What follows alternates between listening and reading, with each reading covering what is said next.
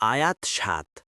وَإِذْ يَعِدُكُمُ اللَّهُ إِحْدَى الطَّائِفَتَيْنِ أَنَّهَا لَكُمْ وَتَوَدُّونَ أَنَّ غَيْرَ ذَاتِ الشَّوْكَةِ تَكُونُ لَكُمْ وَيُرِيدُ اللَّهُ أَن يُحِقَّ الْحَقَّ بِكَلِمَاتِهِ وَيَقْطَعَ دَابِرَ الْكَافِرِينَ। অনুবাদ: আর স্মরণ কর যখন আল্লাহ তোমাদেরকে প্রতিশ্রুতি দেন যে দলের এক দল তোমাদের আয়ত্তাধীন হবে, অথচ তোমরা চাচ্ছিলে যে নিরস্ত্র দলটি তোমাদের আয়ত্তাধীন হোক। আর আল্লাহ চাচ্ছিলেন যে তিনি সত্যকে তার বাণী দ্বারা প্রতিষ্ঠিত করেন এবং কাফেরদেরকে নির্মূল করেন।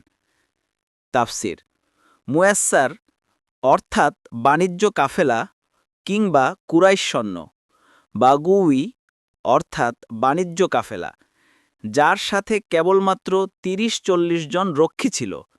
সাআদি অর্থাৎ যার ফলে বাতিলকে সম্পূর্ণভাবে পর্যবস্ত করা যায় এবং মুমিনদেরকে এমন বিজয় দেখাবেন যার কল্পনাও তাদের অন্তরে আসেনি।